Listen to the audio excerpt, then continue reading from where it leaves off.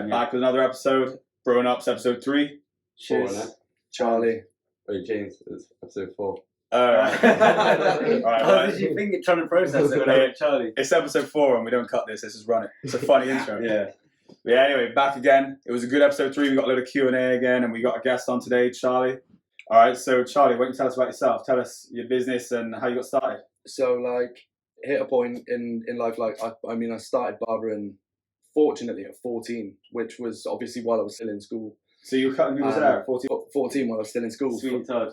Funny enough, it was like, I hit a point and it was like, I threw a house party. It's like how I actually got into it. I threw a house party in my house and had no job or anything, like 200-300 quid's worth of damage, didn't have any job, no source of income to come into it. So it was literally like, my dad owns a barbershop in Clevedon, and basically what happened then, he said to me, right, you can come literally like work with me, you can sweep the floors, make cups of tea, etc. And from then, like, I did one day and literally it was just talking about football, your lads shit, do you know what I mean? Football, girls, money, like careers, everything. Like, there's me 14, I'm in there with like older guys, this, that, all the other. And then within 6 months, I'd learned to cut hair. Do you know what I mean? So I'm in school now. I'm thinking. 6, so no like courses or anything. Learn on the job. No courses. Well, at this point, like, and I learned it on the job, and from there it was like, right, I need to start making some money from this. Like, I started getting paid like a full grown man's age, and there I was, like 14. How did that work then as well? So how did you go from being that age and you're cutting hair? Was it just one person was like, you know what, I'm gonna let this guy try on me, or were you like? Was your dad like, look, he's all right, trust me? To be honest, that's pretty much it. Like, my dad basically knew people that was all right. Like he's been doing it 36 years. He's got clients for like God knows how long. Do you know what I mean? Normally when you go into barbers, there's always a new barber and everyone's like hesitant, like yeah. And then exactly like walking, like people don't recognise them, like go to him. Exactly that. Yeah. Everyone's looking. Like, Yeah, I'm saying I can't risk anyone who I don't know. I'm like, Even oh, today, I've got 5 hairs. 100%. Yeah, I don't make eye. Sometimes I go to the barber, I don't make eye contact with the other guy if he's like over welcoming, like come take a seat. I'm just like yeah. on my phone, like What's that on the floor? Yeah, because I could feel their eyes burning on me, like because they want a chance, but not me. 100%. But it was like I started off, and it was like my brother was the first guinea pig, obviously, and then when you develop a passion for something, like no matter what it is, you're gonna make it work. Like you're gonna go, and you're like, right, I'm gonna do this in this amount of time, and if you're that dedicated to it, you're gonna do it sooner than that amount of time that you wanted to do it. So then there's me thinking, oh, by 15, I thought that's pretty sick. Like, I can go back to school and say, oh yeah, I can bust a good skin fade. Do you know what I mean? Like, so I'm there thinking like, right, I'm gonna put my everything into this, getting home, watching videos, like even like going to other barbershops, just sitting there watching them, like how they're doing it, this, that, all the other, at 14. So by 15, I'm there like every Saturday, just cutting hair. And like for a 14-year-old, I was on something like, I don't know, I was about to ask you what you made. 120 quid a day. And I Seriously? mean that's for one. 14 years old. That's for one day. Do you know what I mean? Like on a Saturday, 8 till 4. Like I cannot remember the last Saturday I had. So from there. So you can't remember the last Saturday you had since 14? No. Fair play. Unless I'm not in the country for whatever reason. Do you know? And I like that as well, because you know what the entitled mindset of people today is like, my Saturdays, I can't give up my Saturdays. Yeah. But you say you want everything. 100%. That's the first thing you start cutting off. Like, oh, I can take weekends off now. Yeah, 100%. But it's like I get so many like young kids, and like they either see what you do or whatever, and then they start asking questions like, oh, how did you start off? And it's like, right, what do you do with your weekends? Yeah. Right, I'll go out this weekend. Like, I need my weekends to do me. I need to go out and go clubbing or partying or whatever. Yeah, what time do I have off? Yeah, that's what I mean. Like, basically looking at like, oh, I just need to go, and any bit of money that I get, I'm just gonna go and spend, etc. And like every single Saturday since like 14, like I said, unless it's either Christmas or a. You're probably making the most money in your school as well, right? Not far off, to be fair. Like, I can say that now. I can say that now. Pick a mix. Yeah. But then basically by 15, mum had a 7-seater, so I was loading up the car full of boys, taking them straight over to Clevedon after school. So then I'm doing like Thursdays, Fridays, and like obviously all day Saturdays. So now I'm like making more than everyone at school. Do you know so you're working Thursday and Friday night? Thursday and Friday nights, and then Saturday nights as well. Like obviously after school, just piling out the car, getting over there, and then as soon as I hit 16, now I can go into college and like obviously learn properly, get my qualification. Because you can't just obviously go on and do it like as there and then. Yeah. So I go into college, and first 3 months, they actually stopped me from, because the colleges used to get obviously people off the streets to basically come in. Not homeless, right? Yeah, like basically, like basically, just to sort of do like practice on, etc., etc. And they stopped me from doing them because I was basically too good. Like, right. Yeah, like so. Then by the time I hit like 17, college had let me go early. Like, So you're sending over like a load of people came in looking rough from the streets, and they sent out handsome men back from college. Basically, That's cool, man, isn't it? Basically, mad. But yeah, going on. What was that like dealing with people that was it scary dealing that? Like, you're a young guy dealing with people like homeless, committing drugs or whatever, or was it all? To be fair, it's nothing. It's do you know what I mean? Like it's not really that bad. Like the only thing is you obviously get put off because like this guy's hair stinks of shit. Do you know what I mean? Or something like that. Yeah, that's mad. But like fortunately, where I picked it up from such a young age, they stopped me from doing that because they were like, look, because they used to charge in college, I don't know, like £1 a haircut. Nice. And then they was looking at like obviously my work and they're thinking like, you can charge like 15, 20 quid for this. Like we got to take you off it. We got to stop because it's not like right. And my college days were wasted because I could be using valuable time to go to work and focus on my career. Yeah. How many years ago was that, the college thing? What am I now? 21. So like 4 years ago. 4 years. Yeah. Mad. Literally. We were saying the other day about how haircuts got mad. Like we used to pay like 8 quid for a haircut, maybe like 2 quid for a beard, like a tenner. Yeah. Now my haircut's like 25 quid. And it's mad, isn't it? Yeah. And it's like a weekly thing as well. So if you add it up, what's that? That's like 1,200 quid a year. Yeah, you gotta get it done every mad. month. Because if you don't, it looks old after like a week and a half. Yeah, with the fade, definitely, yeah. So how did it go to you getting your own shop then? How did that happen from there? So like it got to a point and I think I turned like 18 and like I'm not gonna lie, I was in a bit of a bad place. Like my home life weren't great. Things just weren't looking good. Like I had an old BMW 1 Series. Every time I drive it, break down, like the diff was gone. Like it was just basically a money pit. That I was just pouring money into it and this and that. So then I thought to myself, do you know what? I'm just going to put time and effort into just working, getting better, trying to build a clientele. Just literally put every hour into it. And then I started doing I was 18 at this point. Started doing sort of 50-hour weeks, 55-hour weeks, just literally like trying to smash out as much work. At your own shop or this is just working. Like really? This is just working just to run up the racks, just to literally get some savings behind me. Because at the end of the day, if you what was it you were doing? What do you mean? What job? So when you were working? Still barbering. But and that was at your old man's place? Yeah. That was at my dad's in Clevedon, and literally like just kept going and going and going, just trying to accumulate as much money as I could to basically go forward with it that way. Were you saving and still treating yourself? Or were you just saving like dog mode, just working? At this point, I was saving, and then when I get a bit, I was like treating myself. Yeah. And then obviously the COVID lockdown came into it. And what happened then was obviously everyone was cutting their own hair in lockdown. I thought, do you know what? I'm just gonna basically go and learn, take online courses, get as much experience for when I come back. And then when I got back from lockdown, this was like when did lockdown end? Was it end of 2020? 22 maybe. I don't know. It was on and off, wasn't it? It was like 21. They kind of ended it for a bit. But they're giving people teasers of like freedom and then 100%. Like it was like I got back from that. And for some reason, my bookings just went mad. Like, it was just hectic, busy. So, COVID helped your business then? COVID helped it massively. And why did it help your business? It's because people were ready to jump on you the minute it opened up and no one else was open? Yeah, but like basically what it was I would obviously, I've got a brother and I was cutting his hair in lockdown, posting pictures of it, like all on socials. Like I do different haircuts on it just to basically promote it, etc., etc. And then when I came back from lockdown, there was obviously certain barbers had stopped doing it and gone into other industries because they think like, what happens if another pandemic comes along, and that means that I can't survive anymore. I've got no money. Yeah. So then I'm now taking on, I don't know, there might have been 10 barbers closed down in Clevedon. I've now taken on 10 barbers clients, and like instead of like snubbing some, I was taking every single one. So what other barbers closed down during that time?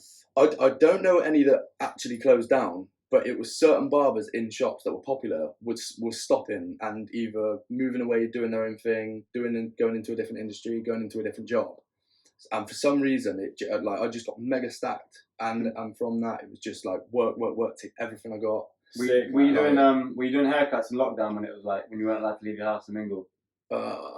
So I remember I paid for a haircut there, and then some guy charged me like double it, 50 quid. He came to my house and did it on the low. I ain't gonna lie, I ran up so many racks in lockdown. Did you? Yeah, I ran up so many everyone racks made in mad lockdown. money in lockdown. I mean, like, yeah, it was ridiculous. Like, even in lockdown, like, I was just having people traipsing through my kitchen, like, every single day. Were Just, yeah, literally, like, I was charging, like, 30 quid a cut, and just literally every penny I was getting, because obviously you're in lockdown, you ain't spending nothing, do you know what I mean? Yeah. So... And you got all the other people too scared because they think it's, like, illegal, like, so yeah, you're not going to make money because the government told you can't. Like, yeah, I know. exactly. I mean, The government's going to decide whether you're a good person or not. And you're cutting someone's hair when we got the flu going around. You're a bad person. yeah. And then they recant it like, oh, lockdowns were wrong. Like, okay, so what about all the people who lost their jobs, were sat at home, didn't go to family funerals and all sorts? Yeah, if I'd have listened to you pricks, I would have lost my business. Yeah, literally. I wasted 2 years of my life, literally, sat at home. Like a lot of other people did. Bullshit. Some people are really mad right now, but like, you shouldn't have listened in the first place. It's your own fault. And I think yourself to blame. I speak to family members still, and they still fully believe in it. Like, oh no, but we had to take the vaccine. Like, no, you listened to the news way too many times. Yeah. Look, this is crazy. And I think everyone started making mad money in lockdown because everyone was getting handouts and they were like working their job or whatever and getting handouts or not going to work and there was nowhere to spend it. Like restaurants were closed.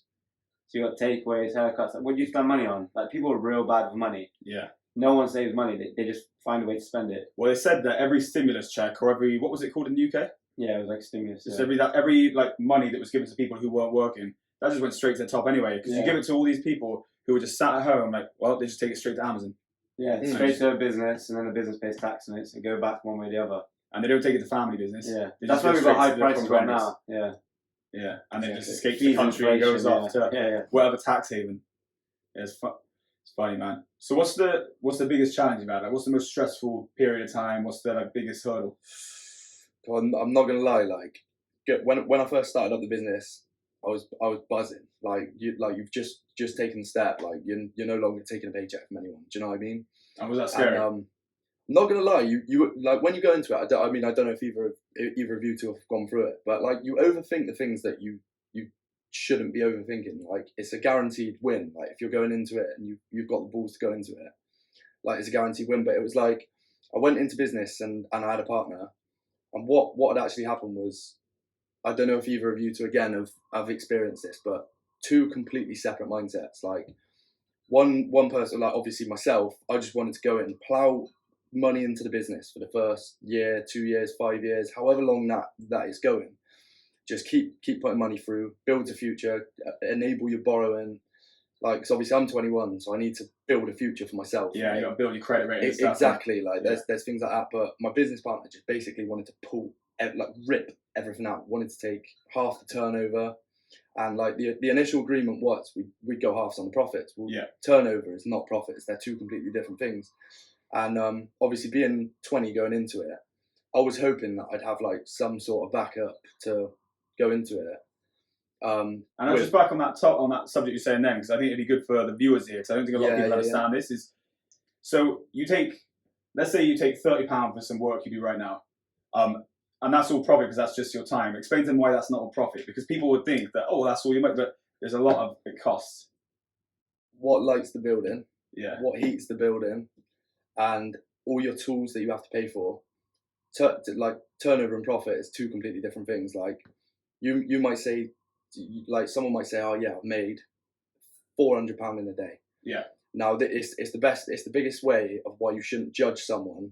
Like look at them and think how much are they earning? Like you might be earning £500 a day, but the building might be costing £200 a day to light the place or to heat the place up, etc. Or whatever is used in the building. Like it's basically your outgoings and.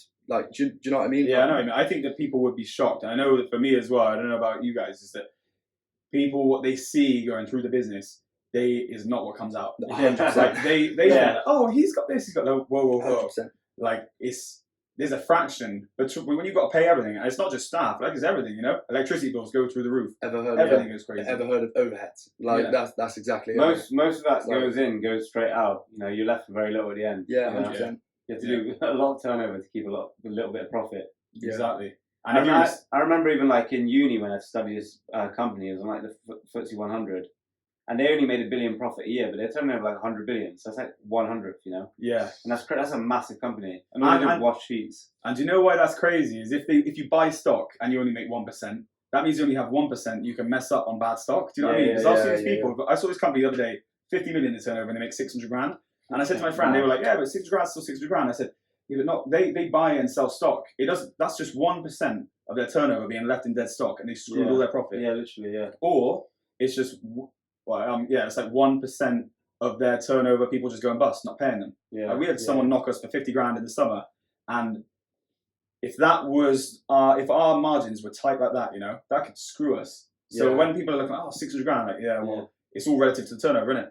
Yeah, because you think the whole time there you're making little bits and stacking up, but the amount you're turning over, if one of those goes wrong, you know, that takes you up. What about your loss? Yeah, that was like my thing. Like I'm making a couple percent, you know, it takes ages to save that sort of money. You know, on that amount, I was only going to make 10% of that. So that going wrong for me and me losing that money getting stolen from me, it's like I've had to do that same thing now 10, 12 times just to make it back, and that could take months, you know. Yeah, months if not years. And then it makes you approach a situation differently because you think, I don't want to go through that again. Yeah, and if it happens again, I'm going to be really done in this. Yeah.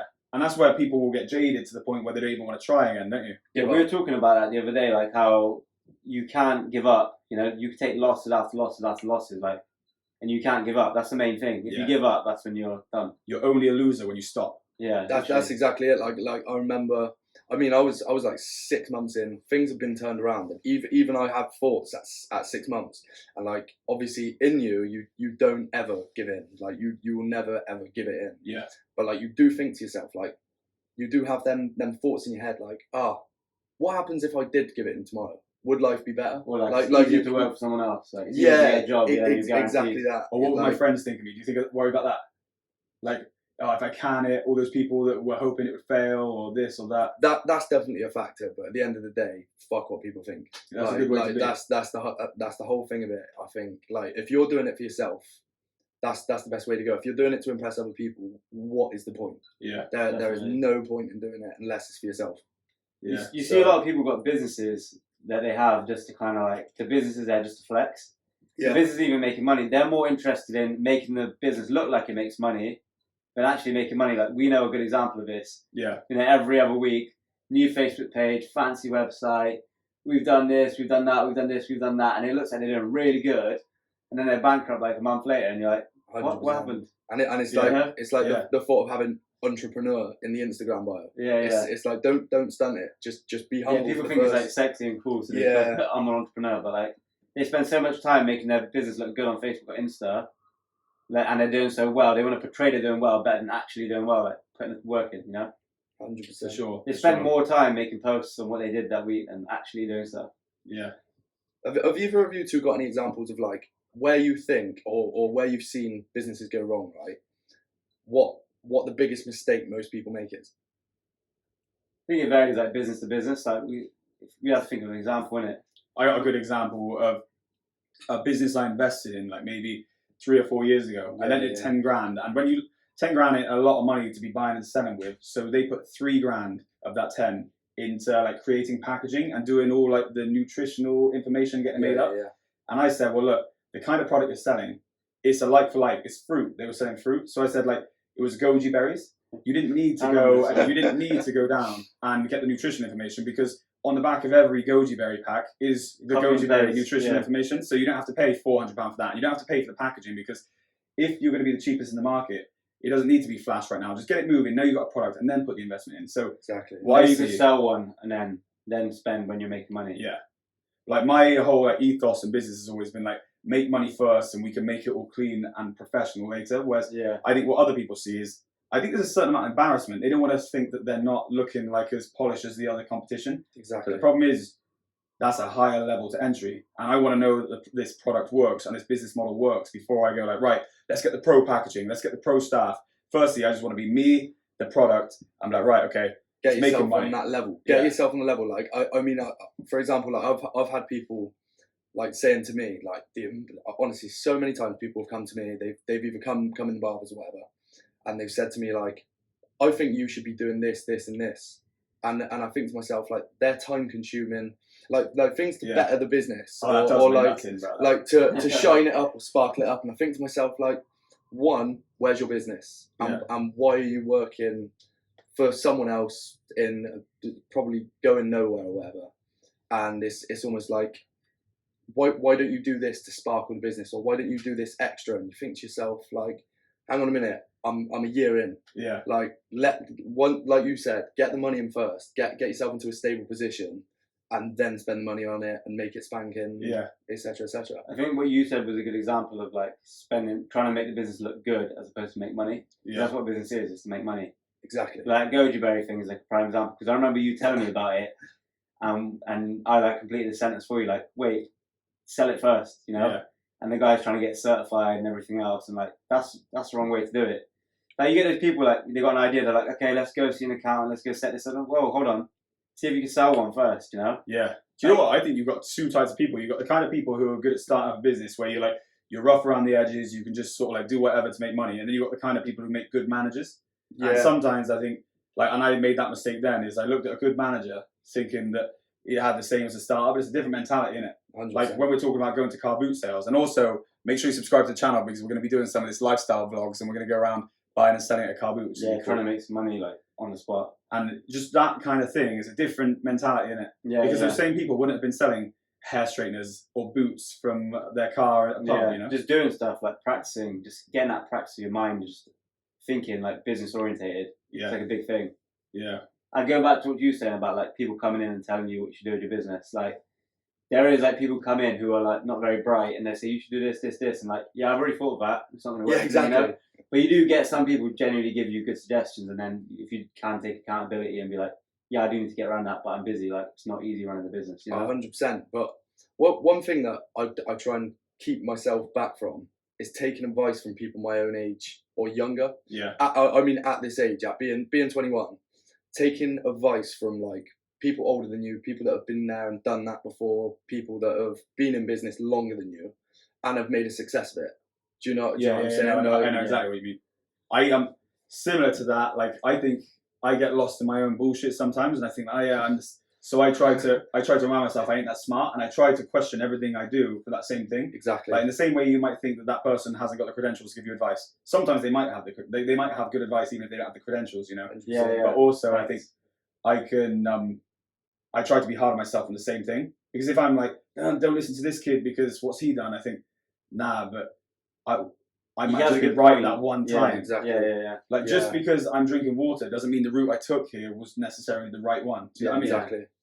Yeah, I think we had this convo before and said everyone has something you could learn from them, you know, like even someone like homeless could teach you something, you know. Yeah, maybe not about how to live, but something else, you know, they've learned. Exactly.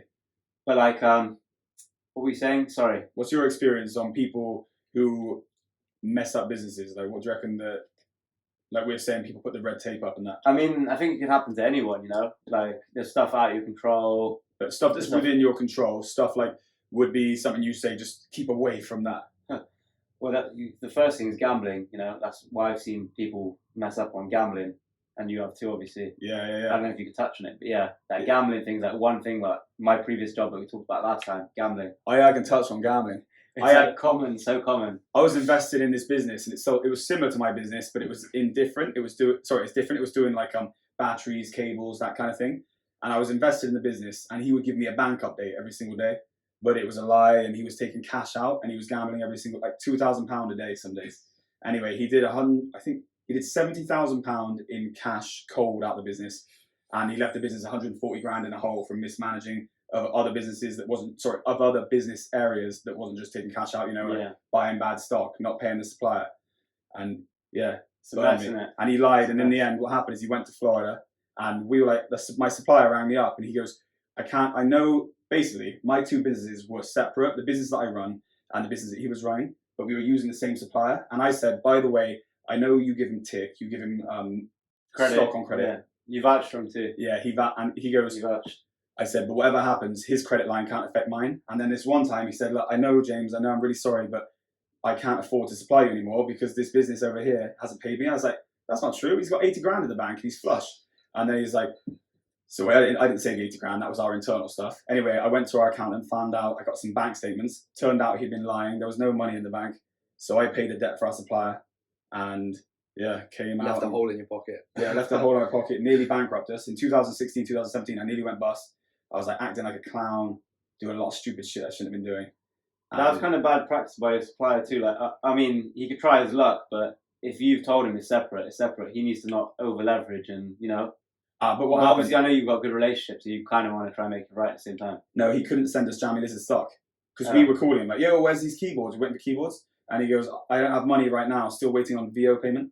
And I was like, "VO payment? My guy told me you're flush. He's paid you." Anyway, now he hadn't paid, and we were $80,000 in a hole. And I was like, "Look, I'll cover it off." I think I managed to get him like 30 or 40 grand that day just to keep him good.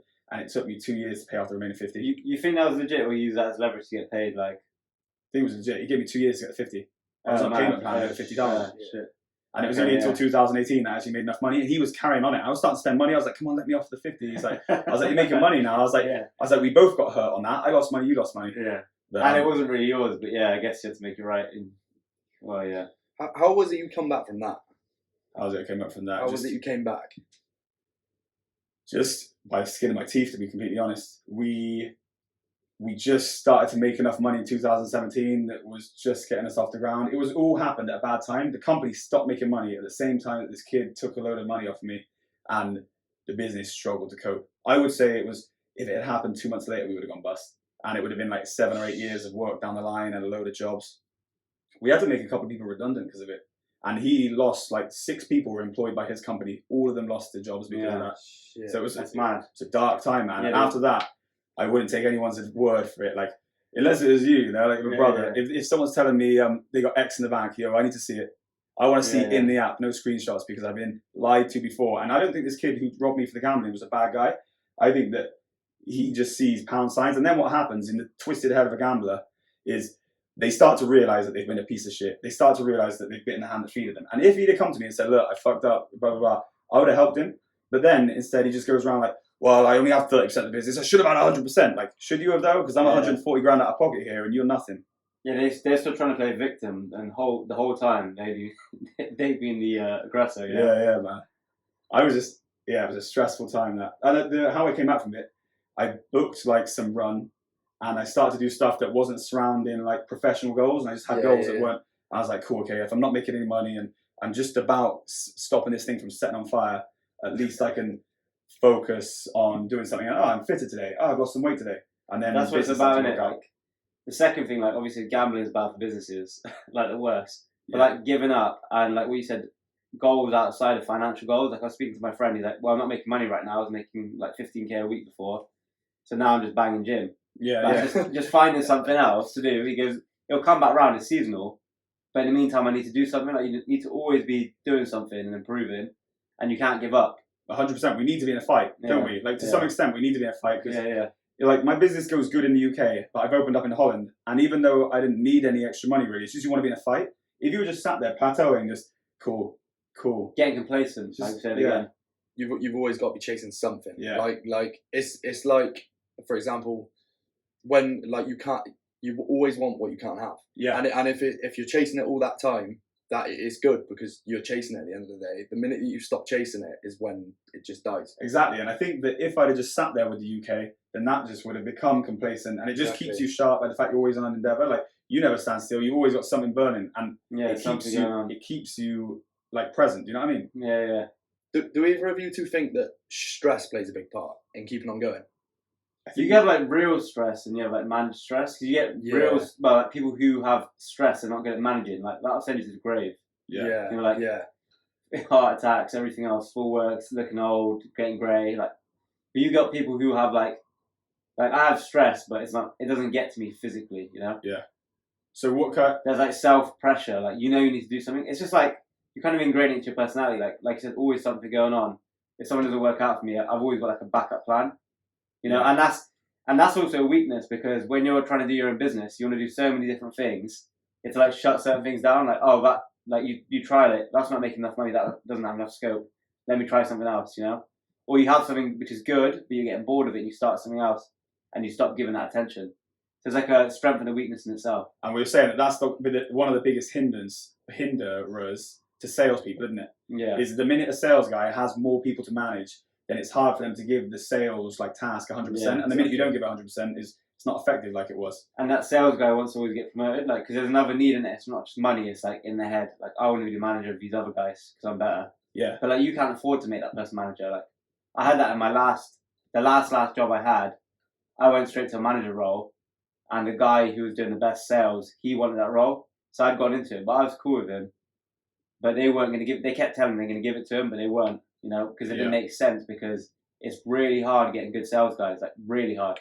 I know it's probably one of the hardest jobs to fill, isn't it? There's always sales job. If you've got sales or sales experience, 2-3 years of it, you're always going to get a job. And I don't know how you make a good sales manager, because just putting a good sales guy in as a sales manager isn't the best thing necessarily. I think you take a star off the goal. No. I don't think it's good to move a salesperson to a sales manager. I think it's someone who's a good strategist, knows the product well, can see opportunities and angles, and just they learn off the salespeople and see what works for them and try to apply it to others. Yeah. I think the strategy plays a key part in it, knowing the product inside out too, and knowing the customers. Yeah, I think that you can't take a salesperson off the pitch. Do you reckon you could take someone who's just a good process guy who can't sell, but it's just have you done your calls? Have you done this? Have you done that? Yeah. As a good manager. I don't know, because that seems like a micromanager. Have you done your calls? Have you done this? There's nothing more demotivating than someone who sits on you and says, have you done this? Have you done that? I don't need to do 100 calls, because my whole job is 100 calls to make 10 appointments for the week. I don't need 100 calls to make 10 appointments. I could do it in 30, Maybe when I first started a job, it's 60. But if you could do it in 30 and the some twat's telling me, oh, you need to do 100 calls, no, I've got my meetings now. And why am I going to do more? And I think what you touched on then is it's some twat as well, because that's what we view them as, unless they've got a stripe. So that's another reason why you kind of need someone who's been a good salesperson, who's no, this will work for you, I promise. But what happens is if someone's been put in as a process, you're the fuck do you know? Yeah, so exactly. Someone who's basically been in there, got the t-shirt and been and done it, because I don't think there's anything worse than having someone constantly on your back who hasn't worked better than you or is no better than anyone else. Basically, it's sort of an incentive thing to become a manager. Do you know what I mean? You kind of need someone who's still rowing the boat with them. You need someone who's still sales, but they're also getting a kickback of everyone else to push everyone else. Yeah, so they can be in the trenches with them. And they're setting the pace. They're setting the pace, and everyone else is trying to keep up. Because sales is a legit battle, isn't it? Yeah. You go from hell in sales. Yeah. So you have to be a tough bastard in sales. Yeah. You kind of hate it. It's a job that you hate, but what else can you do? Yeah, and I think it's one of those things that if you're in an account manager job and you start to build relationships, it goes good then, doesn't it? Yeah. But when you're at the early doors, you've got to break those doors down. There's nothing harder. That was always kind of my thing. I wanted to go from sales to account manager, because then you'd have to make these shitty cold calls. People come into you and you manage them, you're good with them, you're good at building relationships. That's all enjoyable stuff, building relationships, becoming friends, taking people out, entertaining them, getting that out of work bond with them. But the cold calls are soul destroying. Yeah, they are. I hate them so much. They're tough, it's so tough, man. It's always the way with sales, though, isn't it? You're always putting down groundwork, waiting for someone to come in, basically. Yeah. Throwing out hooks, waiting for a bite. For sure. Back when I used to be in retail, you could kind of depend. Say you get 100 orders, you get 100 orders a day. You knew they were never just going to drop to 0, it'd go to 80, then 70. But with sales, that one sale, you either make money or you don't, Yeah. So last week, we're waiting on an opportunity, and that didn't come in. We lost pretty heavy money, Yeah. But we could have made good money if that one-up comes in. So it's you're always sat on a knife edge. But that's what makes it fun. Yeah. Do you have guys who got targets or on the line of losing their job or not? Nah, we don't have people on the line of losing their job necessarily, but we have new guys who can't get to the numbers, and we're saying look, you need to get to here, and once you get to here, your job is safe, kind of thing, to get through probation. Yeah. So they have to pay their salary. They have to at least get that to that marker soon, because that's the stressful one. The most stressful one is when you've got someone who they could be good, but they're not hungry enough to actually put in the work for it. Yeah. So say they're charismatic, they got the chat, but they're just not getting deals over the line. Not bothered, yeah. Sort of just sat there almost just sort of taking a paycheck. Just sort of sat there taking it.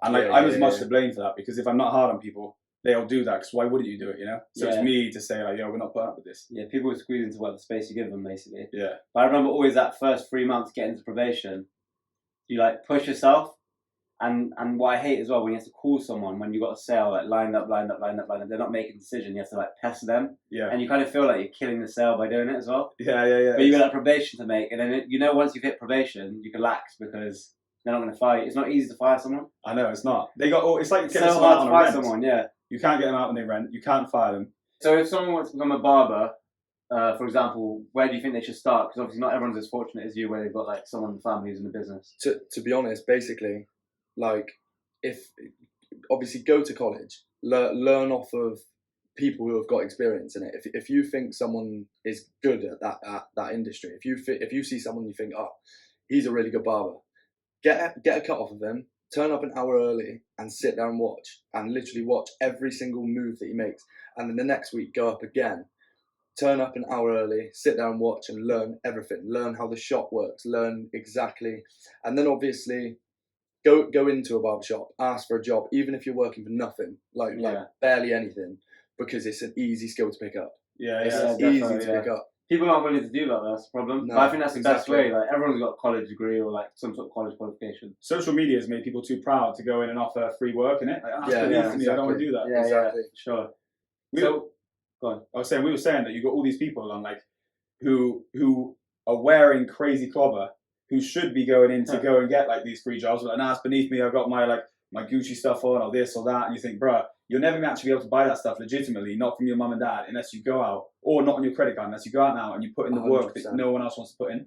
I think the biggest thing, and this isn't just with barbering, this is any industry. If you wanted to go in and start a career, swallow your ego and work for nothing. Literally, swallow your ego and work for fuck all for 6 months. 100%. Literally 6 months. Just graft it. Show them that you have got it in you and that you are going to become something. Because if not, if they just see you as this, that's facts, man. Because you know what we're saying is the ego gets in the way of a lot of people being 100%. Successful, isn't it? Yeah, they're not going to do little things. They want to jump straight to the big stuff, don't they? Like, ego is the reason why people be apprehensive about coming in here. I was saying to Charlie, he's cool now. You've come on when no one else has really been brave enough to come on. 100%. And now when it's the amount of people who've bailed, I want to be on there. All right, tomorrow. I got to take my fish to the doctors. Some stupid excuse, and you're like, okay, cool. And then when we got viewers and when we got big subscribers, then you're gonna come back. It's not gonna work. Yeah, and then you'll get some people who say stuff like, oh, you were stuttering, you need to improve, or oh yeah, it was okay. Like, give you like backhand remarks, like, just think, fuck it. 100%. I just think need to conquer your demons. I think the biggest thing is not giving a fuck what anyone thinks. Literally, like not giving a fuck. Like, at the end of the day, I mean, even doing what I'm doing now at 21, for example, I'll be back on this podcast when I've made it. Like, obviously, people say things like, "Oh, you might have made it now," for example. But when I've fully made it, I'll come back on this. Well, I think the 100%. Fact that your business is profitable, right? Yeah. Your business is profitable. You're your own boss. Like, you've made it already, you know. Like, that's what the thing's all about, isn't it? That we're just talking to people who work for themselves, you know. Yeah, you're free. You're a sovereign guy, you know. Yeah, exactly. So, what point did you decide to start your own barbershop from working for someone to working for yourself? Like, when did you feel confident to do that? To be honest, it got to a point where you've covered as much as you can. You have got 5 days of work, solid, start to finish, with no lunch break. You're going in early, you're finishing late. There's no further way you can go forward unless you open up another place and started opening your streams of income, basically. Yeah. So what's the biggest difference, would you say, from going from working for someone to being on your own in terms of like stress, your life? Was it changed for the better, changed for the worse, or is it been like a bit of both? It's like, it's the best thing that I've ever done. It's almost like it's the hardest thing I've ever done, but the best thing I've ever done in my life. Like, it's you go from day to day when you first start up. You just tackle problem after problem after problem, things that you just don't even realize that you'll get. Do you know what I mean? And it's like every problem you get, the other end and the other side of it is you get gifts. Like, your luck will go your way sometimes. Like, things just start cropping up, just going forward your way. It gets easier and easier and easier, basically, that way. So to every like L, you're getting a better win. Yeah, exactly that. Like, it's like for every L, the same size win, if not bigger, is coming back to you in the future. That's good. Yeah. And do you ever find that it's sometimes not in the same week, same month even? Sometimes you're like, this is just taking me all the way back, and then like a few months later, it all makes sense. And it's like, oh, this is cool. Actually, it worked out well. So, like, for example, you might go 2 months of just taking full L's, like maybe even 3 months, maybe even 4 months, just taking L after L after L. You think like, how can I even come back from this now? Like I've taken all of these L's. How do I even come back? And then something will go your way. Like you keep working, you keep going harder and harder and harder and harder. You'll get a gift, like you'll get luck, or you'll pay off something that you've been like looking to get, basically. That's cool, man. Like, that's cool. I think like delayed gratification is like everything, exactly, you know, like putting something aside. Like, that's what I was saying to you earlier, like when you were saving for your barbershop, like were you treating yourself? Because people these days can't stop treating themselves, you know? No. They want to eat out every day, they want to buy new clothes, they'll never save money, like literally never. And it's that same attitude even in relationships. That's why you got everyone breaking down at the same time. People can't do the hard slogs. Exactly. And like a relationship is a hard slog, a business is a hard slog, getting a good body is a hard slog. It's all a hard slog, isn't it? 100%. But people just want the quick. Well, I can't lose weight, diet doesn't work for me. No, you just discipline. And a business is discipline. It's all comes up to the same Delayed thing. gratification, basically. Yeah, bang on. Discipline is like the biggest thing. And you know what, like people might think it's simple, but even something starting your own barbershop, like there's always hard things. Like people think it's straightforward because it sounds straightforward, but just knowing from previous experience, even simple things are hard, you know? Yeah. And it's the attitude required to actually take on the responsibility to look after a premises. A lot of people don't have it. A lot of people like finding a lease, like that's soul destroying in itself. Like get rejected. Oh, you don't have this, you don't have a reference. Like as your first one, you know? Yeah. And before we go into Q&A, we've got a lot of Q&A here. That's actually a good point. The lease is, how have you found getting a lease? Getting a lease was easy, but what wasn't easy was getting a business account. Like business accounts these days, like setting up business accounts, they want to see everything. They want to see proof, everything, all your previous accounts, your credit history, etc., etc. That was the hardest part. It took about 3 months. The banks make it real hard these days, don't they? They don't want to open bank accounts for anyone. Yeah, I know. It's crazy. And they talk about all this, like we help entrepreneurs, and we said this in the first episode, but it's the opposite, really. They make it as difficult as they can. And it used to be a lot easier. If you go back like 10 years, you could get a bank account number on the same day you applied for a business account. Now it's hard work. We got rejected and we have money in our bank. Like we're just saying, can we move our banking over to you guys? And we're a good company, you know, like we're a long established company. We're not a startup. And we got rejected, and I think it's crazy. Yeah, you got books, you got good turnover, everything. Yeah, and if we got a reputation and we can't get one, it just means, I was thinking it must be hard to start up from scratch these days. Do you remember once upon a time we went into a bank account because we were going to start selling stuff online, and we were going to get a joint account, and they rejected us because they go, let me see your statement, sir. And they looked at your bank statement and they saw like a Gala casino or whatever, and they're like, oh, this is not good. I don't think we can give you an account. And you'd only gambled like 20 quid, 50 quid here and there, and you had like a positive balance. And just off that, they said you can't have a bank. Yeah, it's mad. And we just gave up with our fuck it. Crazy, yeah. Trying to sell like golf clubs. Yeah. Wasn't it? Mad. You guys ready for the Q&A? Yeah, go on. Let's go. Right, let's see what we got here. So, from my brother Hamza, if money wasn't an object, how would you both spend your life? So we'll say all three of us, how would you spend your life? You have to find some sort of purpose, you know. you could build stuff without even making money, you know. Yeah, if it wasn't to do with money, I think I'd still be doing similar to what I'm doing now, but just diverting the funds to a charity or whatever, because it's just, I like doing it, you know? Yeah, it's fun, isn't it? It's fun. Like, overcoming problems and solving problems is like fun. Yeah. And seeing opportunities and angles, and like there's some sort of like thrill in it, you know? And I've also noticed, if you've been on a holiday for a little while, you know that just being on holiday full-time ain't for me. I need to be doing something, even if it's like nice not having responsibilities. I like having responsibilities. Productivity. When you're on holiday, I'm like, I can't wait to go back and do something. Like, I want to come back on another holiday, like a better one, and I want to go back and make money first. It's like the 4th or 5th day on a week holiday. I'm starting to think I'm ready to be back now because I want to be doing something to make more of this. Yeah, of course. What about you? Health is wealth. Yeah. Keep health, and then like Shiz, I think I'll build something. Just anything. Build an empire. Yeah, because there's more to life than the money in it. It's what you're building. And what I realise now is you've got to do something. And keeping your head down is what gives you peace. And you know, we were talking about stress earlier. You get some people who crumble under stress, and all they're doing is they long for having a life that has no stress in it. I think we all have stress. Like we all got our own responsibilities. But I also know that stress is a good thing. And if I didn't have any, I'd be craving some. You know, I'd be craving some responsibility. What's Trump say about the retire thing? He says, once you retire, you expire. Yeah, once you retire, you expire. It's so true, isn't it? Like you see people literally just stop working, and like where you're not being active anymore, you don't have anything to do with your mind, they start losing their minds. Yeah. And their like bodies too at that age, you know? 100%. That's what keeps people young, isn't it? Yeah. Because So I used to always think like, oh, I want to retire by the time I'm 28. I want to retire by this, that, and the other. And I was like thinking about like, wait, what would I do with all that spare time? You know? Yeah. I still find something to do, so there's no rush. And how many times have you seen it where like a wife dies or a husband dies, and then the other follows just short after? Yeah. As if like, I can't imagine that was going to happen. That's not a coincidence. It's that It always happens. It always happens. Literally one after the other. Yeah, and that there should tell everyone enough that Trump's right. When you retire, you expire. Yeah. Right. Next question. We've had this a few times, but it's good to answer. How to make money without money? Do you want to start, Charlie? How to make work for free, get the experience, but get a skill, get some sort. Well, of you could just get skill. scissors and start cutting hair on the street. Yeah, Honestly, exactly. You know what I mean? You got a skill. That's why I think it's quite good to have like a skill or a trade. Yeah. And never without money. You know. 100%. We haven't got like a skill or a trade, have we? But and that's why AI is scary. yeah, we think of things. Yeah, exactly. Yeah. So if AI bridges the gaps, me and you are done for. Yeah, I know. What about you? How to make money without money? You caught me off guard. I guess there's loads of those. Do you know what I always notice actually walking now? People always got free books and free stuff at the end of their driveways. And like sometimes it's like randomly interesting stuff, like, I don't know.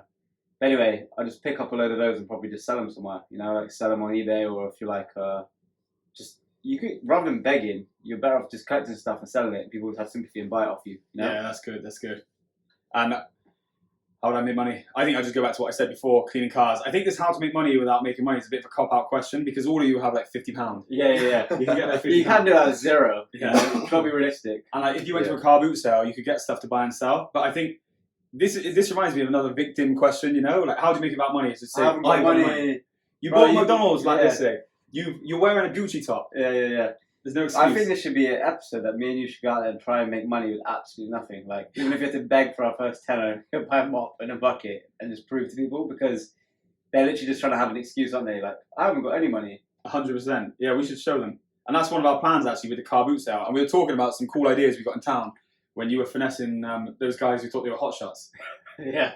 There was we were at, All Star Sports Bar. No, it's not All Stars. It's Lane 7, wasn't it? Yeah, Lane's like a bowling thing. There's like this shooting target practice. Yeah. And Shiz was betting people who were drunk that he could beat them on targets. He was acing every single one, and they just had to pay him tennis. Yeah, I made like 60 quid, literally. No joke, I made like 60 quid in about half an hour. I'll play you for a tenner, play you for a tenner. Yeah, so sick. And everyone thought they could beat him. Yeah. Right. What's a good side hustle to get extra money? Shiz. Such a broad question, isn't it? Yeah. This is what I mean. Like, this is why I get annoyed when people ask me a question. Like, what do I do? Like, no, you can't. I can't give you an idea too. Like, you have to say what you're passionate about, or what industry you're in, or you know what I mean. Because when we've had jobs, we've always found a way to make extra money. Like, do you remember when we were selling mattresses? Yeah. Like, me and Luke were selling mattresses not long ago, because my mate at uni had a bed factory. He just put up adverts on Facebook because he worked in Dreams before, and he still had customers on there. And we sold like a couple grand worth of mattresses just through word of mouth, and I was just getting kickback. That wasn't that long ago. That was like probably pre-COVID, like just as a side thing. And that's not looking for a side hustle. That's just eyes are open and something falls in. I just rang Luke. I was like, can you do me discount on beds? He goes, yeah, I'll sort you out like wholesale rates, same as I sell like to shops that buy thousands. If you give me cash, I said, cool. Just rang up Luke. I go, Luke, do you still get bed customers? Yeah, all the time. All right, I've got access to mattress. Blah blah blah blah. Drop them off. We get paid. Done. So easy. Didn't cost me a penny. There you go. There's my answer for my last one. Done. Nice. What about you, Charlie? Access to things that people need. Like for example, get yourself on Amazon. Like for example, hubcaps on cars. Everyone needs them. Phone chargers. Just to start off with. Just stick them on eBay. And there you go. 2 out of 2. Just straight or away. Even a skill. Like get a skill. You know, it could be whatever, makeup, nails, whatever, haircuts. Just some sort of skill. You could start becoming an electrician, plumber. Like just get experience. I think the fact that someone's even asking that question it's almost like someone like, I'm not doing anything now. Tell me a way I can eat. Like, why aren't you even looking for ways to eat? And even if you told them, they wouldn't do it. Yeah. The easiest thing is go on Etsy, go on eBay. Every single person on those things, within reason, are people who are starting out or they're starting to get ahead. Like, they haven't asked for questions. They're just doing it, you know? That's what you should be doing. Etsy is a perfect example. There are people making big money on Etsy. Yeah, who was that guy who... He sort of dollar bills on eBay with like an actor's face on it, and he was selling them for like $15 a pop, and then people start copying him. So like, there's always space to copy people. Oh, was it that Wolf of Wall Street money? The one where it's like Jordan Belfort? Yeah, but it was Jordan Belfort. It'd be anyone. It'd be like Tupac, Mike Tyson, whatever I want to know, Will Smith, whatever. and people selling $15 inside a frame. And he goes, he was making like thousands off it at the start, and people started copying him until it got to the point where it was no longer worth it. Right, right. But yeah, it's mad. Like, you can make money doing anything. You go to eBay, see how many, you go to listings sold, this person sold 1,000. They're going to be selling it for more than you can get it for. Bang, undercut them, you know? Yeah, yeah. Nice. Do you want to plug yourself, Charlie? Well, we're checking out now. Yeah, Do you want to plug? What's your Instagram, Charlie?